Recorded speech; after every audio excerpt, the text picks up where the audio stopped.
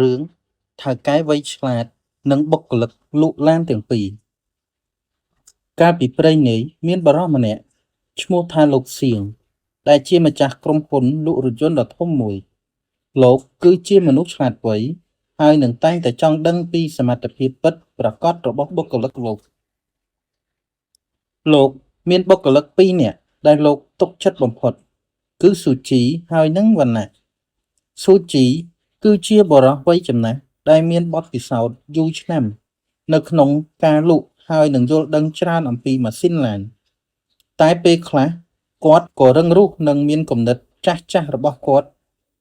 រីឯយុវជនទើបតែបញ្ចប់ការសិក្សាថ្មីប៉ុន្តែពេញទៅដោយមហិច្ឆតានិងការចង់រៀនសូត្រមានភាពច្នៃប្រឌិតនិងគំនិតមុតស្រួចថ្ងៃមួយលោកសៀងបានហៅបុគ្គលិកទាំងពីរនាក់មកហើយនិយាយថាថ្ងៃនេះខ្ញុំចង់ឲ្យប្អូនទាំងពីរនាក់ទៅពិនិត្យមើលរថយន្តមួយគ្រឿងដែលទើបនឹងមកដល់ឃ្លាំងរថយន្តនោះគឺជាប្រភេទរថយន្តទំនើបនិងមានតម្លៃថ្លៃខ្ញុំចង់ឲ្យប្អូនទាំងពីរនាក់ទៅពិនិត្យមើលវាដោយផ្ទាល់ហើយត្រឡប់មកវិញរាយការណ៍លម្អិតពីអ្វីដែលប្អូនទាំងពីរបានឃើញហើយនឹងបានដឹងលោកសៀងក៏បានបញ្ចប់ហើយបានបន្ថែមទៅកាន់បុគ្គលិកទាំងពីរនាក់ថា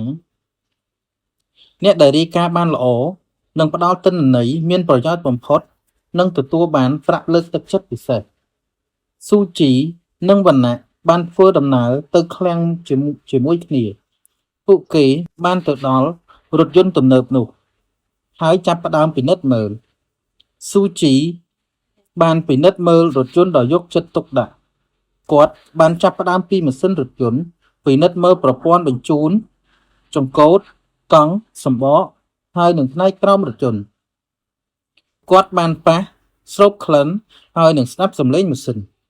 គាត់បានកត់ត្រានៅអ្វីដែលគាត់បានឃើញដូចជាប្រភេទម៉ាស៊ីនចំណុះស្ថានភាពប្រេងម៉ាស៊ីននិងទឹកស្អំចំនួនគីឡូដែលរថយន្តបានបើកស្ថានភាពផ្នែកខាងក្នុងនិងខាងក្រៅរបស់រថយន្តមានស្នាមឆ្កូតឬអត់មុខងារបច្ចេកទេសសំខាន់របស់រថយន្តមាន ABS airbag ហើយនឹងគុណសម្បត្តិនៅចំណុចខ្សោយដែលអាចមានឧទាហរណ៍ប្រព័ន្ធភ្លើងខ្លះនិងដំណើរការមិនសូវល្អចំណែកឯវណ្ណៈក៏បានពិនិត្យមើលរថយន្តនោះដែរប៉ុន្តែគាត់ផ្ដោតទៅលើទិដ្ឋភាពខុសពីស៊ូជីគាត់បានពិនិត្យមើលការរចនានៅខាងក្រៅរបស់រថយន្តពណ៌ម៉ូដកៅអីខាងក្នុងប្រព័ន្ធកំសាន្តប្រព័ន្ធរុករក GPS និងបច្ចេកទេសទំនើបផ្សេងទៀតគាត់មិនត្រឹមតែពិនិត្យតែប៉ុណ្ណោះទេថែមទាំងបានគិតមុតស្រួចអំពីរបៀបដែលមុខងារនីមួយអាចប្រើប្រាស់បានល្អបំផុតហើយនឹងមានគំនិតច្នៃប្រឌិតនៅគំនិតថ្មីនៅក្នុងការផ្សព្វផ្សាយគាត់បានកត់ត្រានៅអ្វីដែលគាត់បានឃើញដូចជាភាពស្រស់ស្អាតនៃការរចនារបស់រថយន្តនិងរបៀបដែលអាចទាក់ទាញអតិថិជនវ័យក្មេងពណ៌ដ៏ទាក់ទាញហើយនឹងភាពភ្លឺរលោងនៃថ្នាំលាបភាពងាយស្រួលនៅក្នុងការប្រើប្រាស់មុខងារនានាហើយនឹងរបៀបបង្ហាញអតិថិជនប្រភេទស្បែកកៅអីហើយនឹងការតុបតែងខាងក្នុងដែលមានភាពប្រណិតគុណសម្បត្តិលេចធ្លោដែលទាក់ទាញអតិថិជនវ័យក្មេងហើយនឹងការរៀបចំយុទ្ធសាស្ត្រទីផ្សារថ្មីសម្រាប់រថយន្តនេះគំនិតច្នៃប្រឌិតសម្រាប់ការធ្វើតេស្តការបើកបរដែលនឹងផ្ដល់បទពិសោធន៍ប្លែកដល់អតិថិជនការវិភាគមុតស្រួចអំពីតម្លៃប្រកួតប្រជែងរបស់រថយន្តប្រៀបធៀបទៅនឹងម៉ាកផ្សេងទៀតនៅលើទីផ្សារបច្ចុប្បន្នពេលត្រឡប់មកវិញលោកសៀងបានហៅបុគ្គលិកទាំងពីរនាក់នោះមកជួបលោកបានសុំឲ្យស៊ូជីរាយការណ៍មុនស៊ូជីបានរៀបរាប់ទៅតាមអ្វីដែលគាត់បានឃើញយ៉ាងល្អិតល្អន់ដោយផ្ដោតទៅលើទិន្នន័យបច្ចេកទេសស្ថានភាពម៉ាស៊ីនហើយនិងស្ថានភាពរថយន្តគាត់បានបង្ហាញអំពីបញ្ហាដែលអាចកើតមានឡើងនិងដំណោះស្រាយដែលអាចធ្វើបានដោយផ្អែកទៅលើបទពិសោធន៍យូរឆ្នាំរបស់គាត់បន្ទាប់មកលោកសៀងបានសុំឲ្យវណ្ណៈរាយការណ៍វណ្ណៈបានរៀបរាប់អំពីសម្រស់របស់រថយន្តភាពទាក់ទាញនិងទាន់សម័យភាពងាយស្រួលនៅក្នុងការប្រើប្រាស់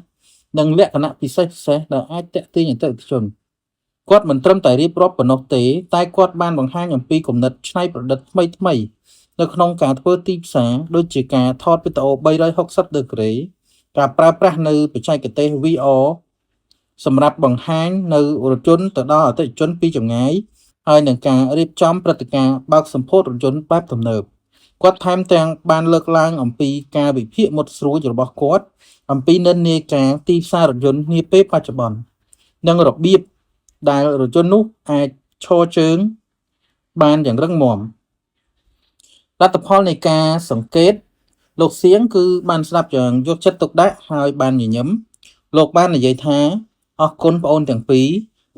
របានរាយការណ៍នៅព័ត៌មានទិន្នន័យផ្សេងៗគ្នាប៉ុន្តែសុទ្ធតែមានតម្លៃសម្រាប់ក្រុមហ៊ុន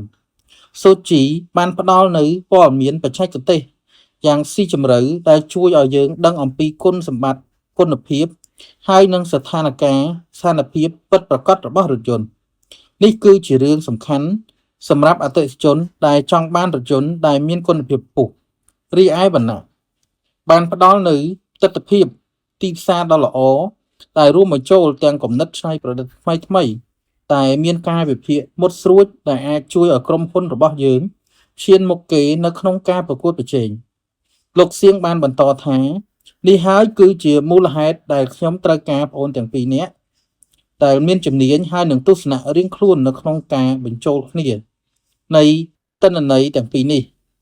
ធ្វើឲ្យខ្ញុំមានភាពពេញលេញ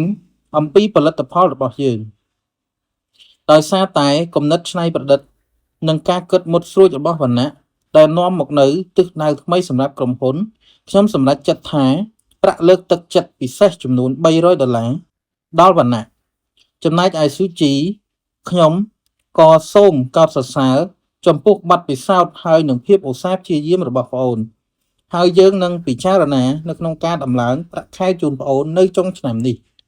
ស៊ូជីបានត្រឹមតែងក់ក្បាលដោយមិននិយាយអ្វីទាំងអស់គាត់យល់ថាវណ្ណៈពិតជាបានផ្ដល់នៅអ្វីដែលក្រុមហ៊ុនត្រូវការជាងគាត់នៅក្នុងពេលបច្ចុប្បន្ននេះទោះបីជាគាត់មានបទពិសោធន៍ច្រើនជាងក៏ដោយអូខេអ្នកទាំងអស់គ្នារឿងនេះក៏វាល្អដែរនេះគឺជាលក្ខណៈពិសេសដែលម្ចាស់ក្រុមហ៊ុនគាត់ត្រូវការបុគ្គលិករបស់គាត់ជាប្រភេទណាហើយគាត់ផ្ដល់ប្រាក់ខែជូនបុគ្គលិកគាត់ទៅតាមសមត្ថភាពអីចឹងណាឥឡូវយើងមើលចំណុចអប់រំនៅក្នុងរឿងរបស់យើងតែម្ដងតម្លៃនៃភាពខុសគ្នានៅក្នុងការងារមិនមែនគ្រប់គ្នាសុទ្ធតែមានជំនាញដូចគ្នានោះទេឬក៏មើលឃើញបញ្ហាដូចគ្នានោះទេភាពខុសគ្នានៃជំនាញបទពិសោធន៍ភាពច្នៃប្រឌិតនិងការគិតមុតស្រួចអាចផ្ដល់ប្រយោជន៍ដ៏ធំធេងដល់ក្រុមហ៊ុនការប្រមូលទិន្នន័យពហុគ្រប់ជ្រុងជ្រោយដើម្បីធ្វើការសម្រេចចិត្តបានល្អម្ចាស់ក្រុមហ៊ុនឬក៏ម្ចាស់គ្រប់គ្រងតែងតែប្រមូលទិន្នន័យពីគ្រប់ទិដ្ឋភាពទាំងអស់និងមិនមែនផ្ដោតទៅលើតែមួយផ្នែកនោះទេការទទួលស្គាល់អំពីសមត្ថភាពបុគ្គលិកថៅកែល្អក៏ត្រូវតែចេះទទួលស្គាល់និងឲ្យតម្លៃទៅលើការរួមចំណែករបស់បុគ្គលិកម្នាក់ៗទោះបីជាពួកគេមានជំនាញខុសគ្នាក៏ដោយពេលខ្លះគំនិតថ្មីនិងការច្នៃប្រឌិតដ៏សំខាន់ដូចជាបទពិសោធន៍ដែរការវិនិយោគទៅលើអនាគតការផ្ដល់តម្លៃដល់បុគ្គលិកដែលមានភាពច្នៃប្រឌិតនិងការគិតមុតស្រួចគឺជាការវិនិយោគទៅលើថ្ងៃអនាគតរបស់ក្រុមហ៊ុនព្រោះពួកគេអាចនាំមកនូវបទពិសោធន៍ថ្មីនិងការអភិវឌ្ឍភាពបត់បែនដែលបុគ្គលិកចាស់របស់បុគ្គលិកចាស់បុគ្គលិកដែលមានបទពិសោធន៍ក៏គួរតែលើកទឹកចិត្តនិងទទួលយកគំនិតថ្មីនិងរៀនសូត្រពីបុគ្គលិកជំនាន់ក្រោយដើម្បីបន្តការអភិវឌ្ឍខ្លួនរឿងនេះត្រូវបានដកស្រង់ចេញពីសៀវភៅអត្ថបទតាក់ទងទៅនឹងការគ្រប់គ្រងធនធានមនុស្សភាពជាអ្នកដឹកនាំ leadership ដែលនិយាយអំពីភាពសំខាន់នៃការសង្កេត observation ការវិភាគ analysis ការរាយការណ៍ reporting ការច្នៃប្រឌិត creativity ហើយនឹងការគិតមុតស្រួច critical thinking អំពីបុគ្គលិកដែលមានជំនាញខុសគ្នាវាក៏អាចជាផ្នែកមួយនៃរឿងអប់រំអំពីតម្លៃនិងភាពចម្រុះ value of diversity នៅក្នុងកន្លែងធ្វើការនិងសារៈសំខាន់នៃគំនិតថ្មីៗអរគុណអ្នកទាំងអស់គ្នាសម្រាប់ការតាមដានវីដេអូហើយខ្ញុំសង្ឃឹមថារឿងនេះអាចជួយជាគំនិតដល់អ្នកទាំងអស់គ្នា ពិសេសគឺបុគ្គលិកដែលគាត់ធ្វើការយូរហើយជាបុគ្គលិកចាស់អញ្ចឹងមិនមែនថាយើងបុគ្គលិកចាស់មានបទពិសោធន៍ច្រើនយើងគិតថាគេជាបុគ្គលិកថ្មីចូលមកមិនមានសមត្ថភាពនោះទេអញ្ចឹងយើងត្រូវតាជាបុគ្គលិកចាស់ក៏ដោយយើងត្រូវធ្វើការវិវត្តខ្លួនឯងពីមួយថ្ងៃទៅមួយថ្ងៃដើម្បីឲ្យដឹងអំពីសារៈប្រយោជន៍នៃបុគ្គលិកចាស់អរគុណអ្នកនរគ្នា